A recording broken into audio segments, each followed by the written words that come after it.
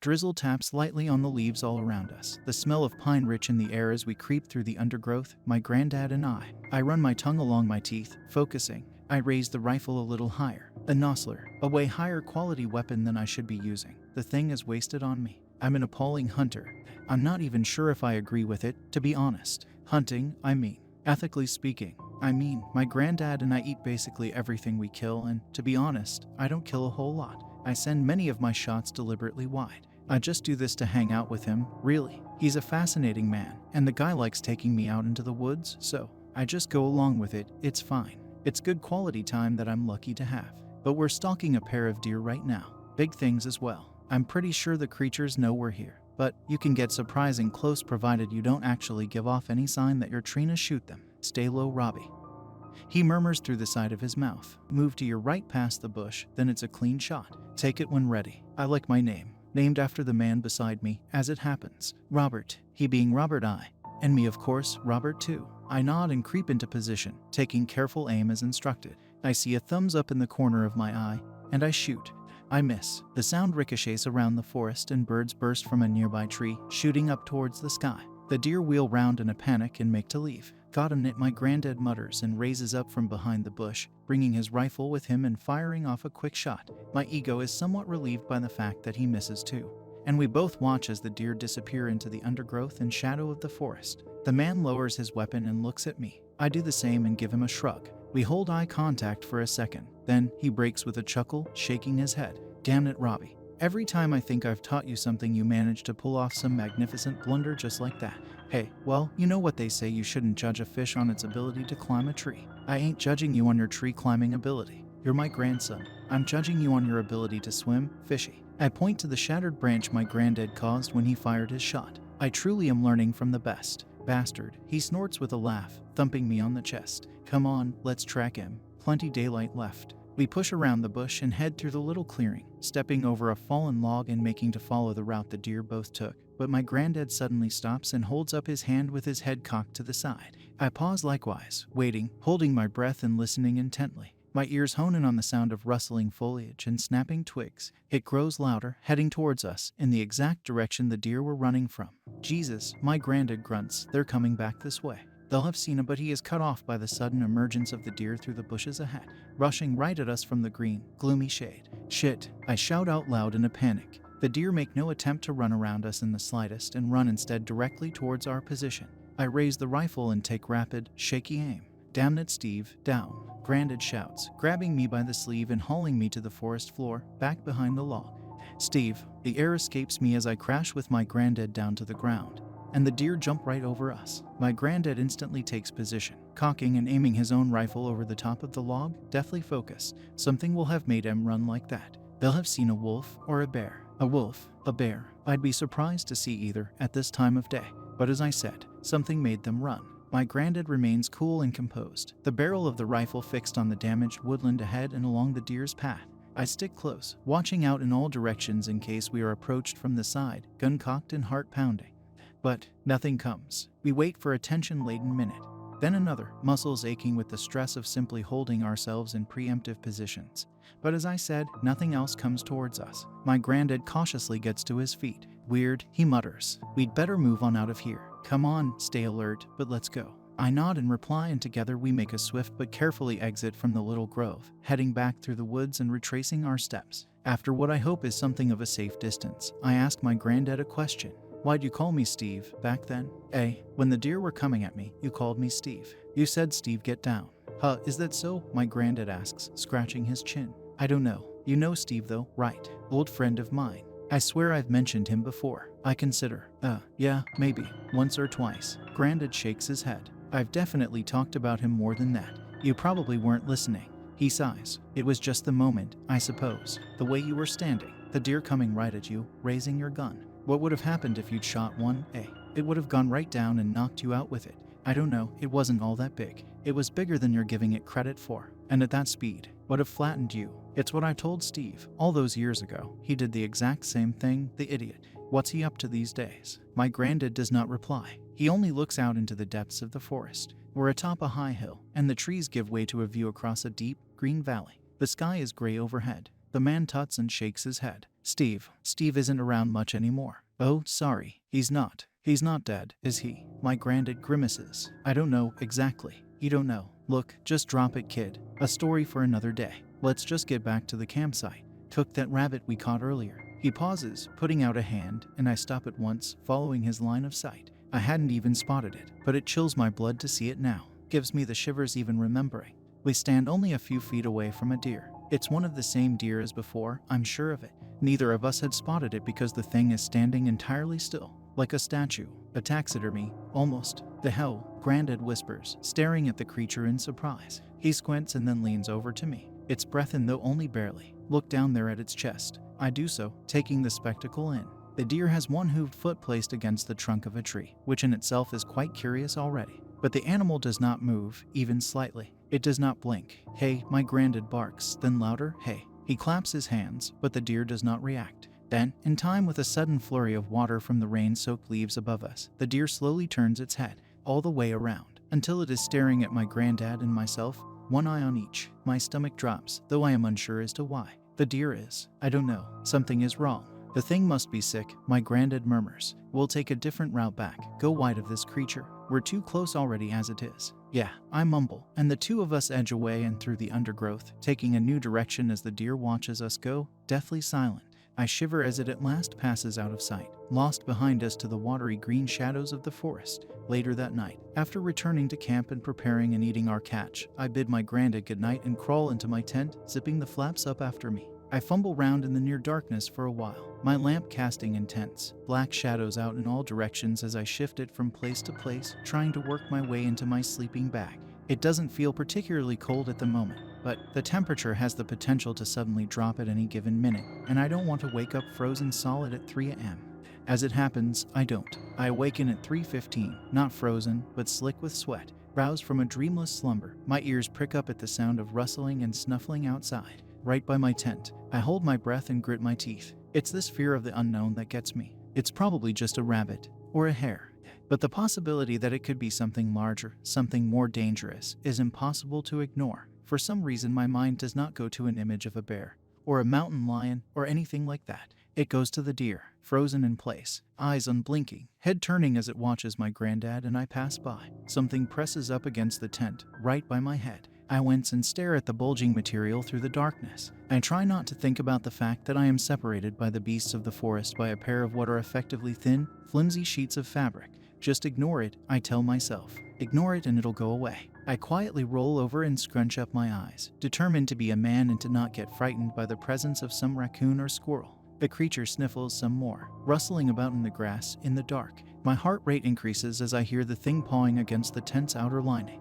And then, for a second, it stops entirely, and to my horror I hear my Grandad's voice, its breath in though only barely. The sentence comes crisp and sharp through the general murmur and backing breeze of the forest. The sentence is entirely devoid of cadence, as if read from a book by someone who has never known English. Look down there at its chest, says the voice. Fuck.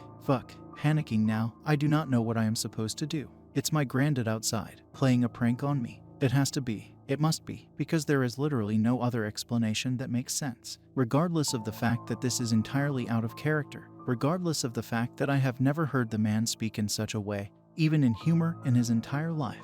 He must be sleepwalking. That's it. My explosive heart rate cools just a little. That's it. It's the only possible explanation that makes sense. And if that's the case, then I can't just leave him to wander around outside. Despite my fear, I gently ease my way out of my sleeping bag. You might think me an idiot, but if my Grandad is wandering around in the woods in a daze, he could get lost or seriously hurt. So I push aside my irrational terror, and with a shaking hand I reach for the zip, pulling it open with a noise that is far too loud for comfort. Fuck it. In for a penny, in for a pound. I yank the zip open, and then the next, and push my head out into the night, the cool air washing across my face as I raise the lantern to cast away the darkness. What I see is nothing. I jump outside of the tent, staring, lifting the lantern as the light falls across the long grasses and the nearby trees. We're still on the ridge of the valley, but the valley itself is shrouded in darkness. A small section of visible moon illuminates the very tips of the trees in silver, but I am too preoccupied to properly appreciate the natural beauty for now. I pace around the tent in a circle and see no evidence of my grandfather. Grandad, I hiss out into the night, turning and raising the lantern up high.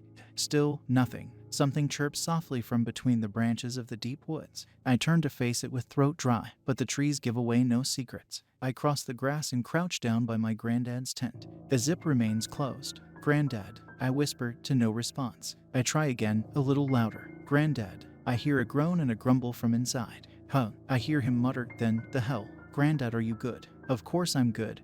What's the matter with you?" "All right.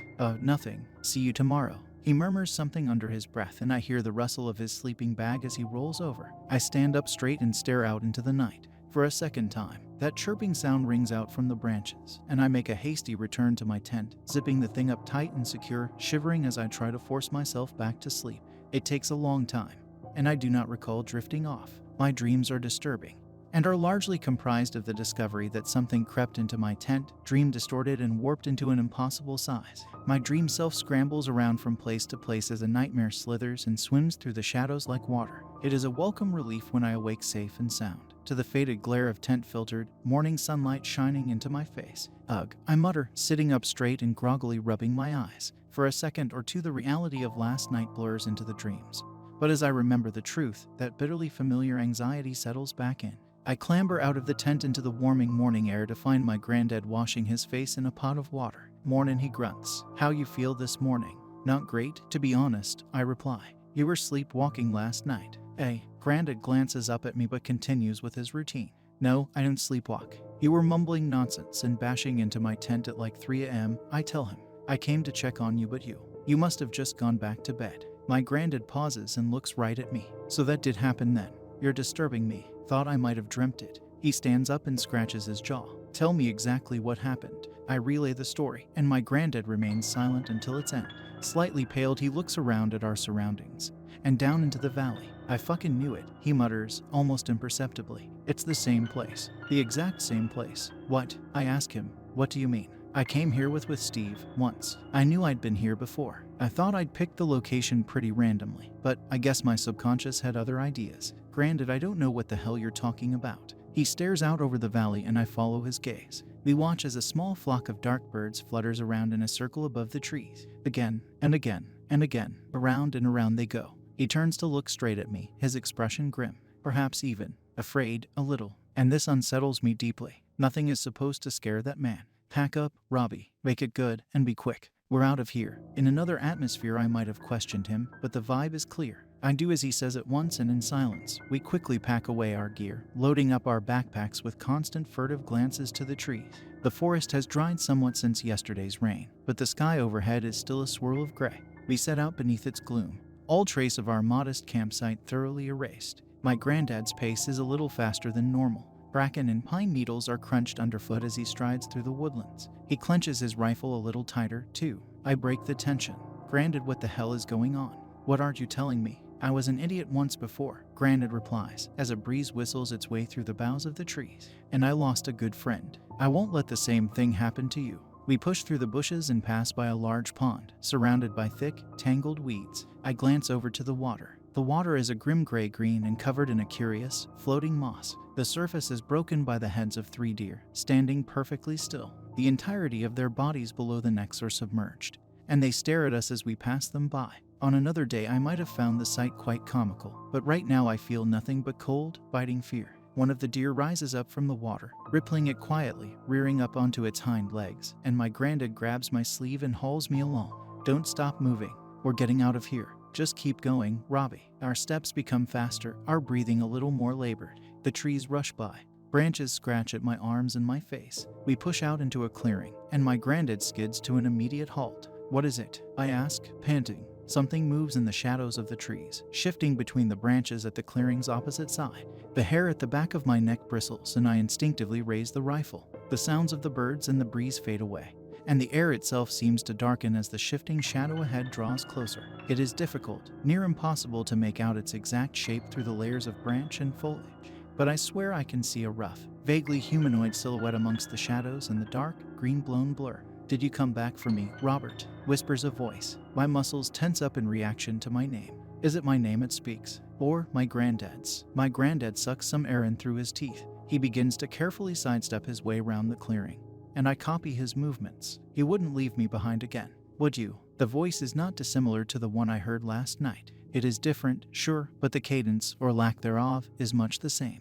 My Grandad raises the rifle, cocks it, but he does not fire. Keep going around, kid, he says to me. To the left, pass through that part of the clearing there, I'll be right behind you. I start to edge my way round the clearing, never taking my eye off the shadow in the trees just ahead. I'm trying so hard to focus on it, to understand what it is that I am seeing, but I can't. The very branches themselves seem to be moving, cracking and rippling in the shade. The figure takes a sudden step forward. Run, my Grandad shouts, raising the rifle and firing a loud shot up into the air. Unprepared for such a sudden noise, my ears ring as I scramble and stumble through the forest, along a natural path of sorts between the trees, though I stumble to a halt when I realize my Grandad is not behind me. He told me to run, but do I go back for him? I have to. It's a no-brainer. So I swivel around and prepare to charge back to the clearing when the man himself staggers out through the bushes towards me, face white as a sheet. Get that damn thing out of my face, you idiot, he grunts as she shoves away the barrel of my rifle, and together we race through the forest. My Grandad dumps his backpack and I do likewise, leaving the equipment behind as we tear through the undergrowth, way back to where we parked the truck the other day. When at last we see it, waiting for us on the edge of a dirt track road, we throw ourselves inside, and my Grandad stuffs in the key and turns it with a clank, the engine revving into life. The wheels spin and away we go, back through the wilds down the long back roads of the woodlands. I summon the courage, after a while and once the air has cooled, to ask my Grandad what he saw, what happened after he fired the rifle. Thing tried to speak to me again. The deep woods, Robbie. I'm sorry for taking you there. They can screw with a man's mind, these places. Real bad. There was something there though, wasn't there? Something real. Yes, I think so. Was it? I falter. Who was it? Grandad. A nightmare. That's all. Something that shouldn't exist. By all the laws of nature. Its voice. Did you recognize the voice? You said you heard something outside your tent last night. Right. I nod. It sounded like me. Yeah, I reply. But it wasn't me, was it? No, I reply. No, it wasn't. Sometimes we hear voices. Don't mean they belong to anyone. So why didn't you shoot it? What? His hands flex and clench around the wheel. You fired the rifle, but you aimed up into the air, not at the shadow. Why did you do that? To this my Grandad has no answer. He only reaches briefly across to pat my shoulder. And as the clouds swirl overhead, we spend the rest of the long drive home in a contemplative silence. Silence, with the occasional glance to the thickets of trees that pass us by.